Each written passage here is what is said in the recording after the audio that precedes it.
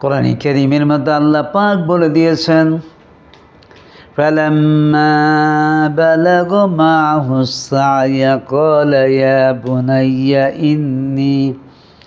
إِنِّي أَرَى فِي الْمَنَامِ أَنِّي أَذْبَحُكَ فَانظُرْ مَاذَا تَرَى قَالَ يَا أَبَتِ افْعَلْ مَا تُؤْمَرُ ستجدني إن شاء الله من الصابرين।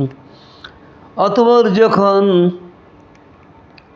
হযরত ইসমাঈল আলাইহিস সালাম পিতার সাথে চলাফেরা করার বয়সে উপনীত হলো, তখন ইব্রাহিম আলাইহিস সালাম তাকে বলল, হে বৎস, আমি স্বপ্নে দেখছি তোমাকে জবাই করছি, এখন তোমার সিদ্ধান্ত কি, তোমার রায় কি, খেয়াল কি?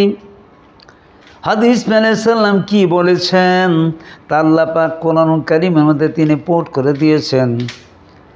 ইসমাঈল সালাম কি বললেন? ক্বালা ইয়া আবাতি ফাআল মা তু'মার সাতাজিদুনি ইনশাআল্লাহু মিনাস সাবিরিন।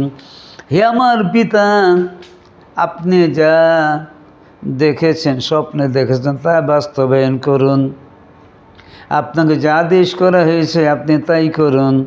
আল্লাহ চাহিত ইনশাল্লাহ আপনি আমাকে ধৈর্যশীলদের মধ্যে পাবেন। সুবহানাল্লাহ।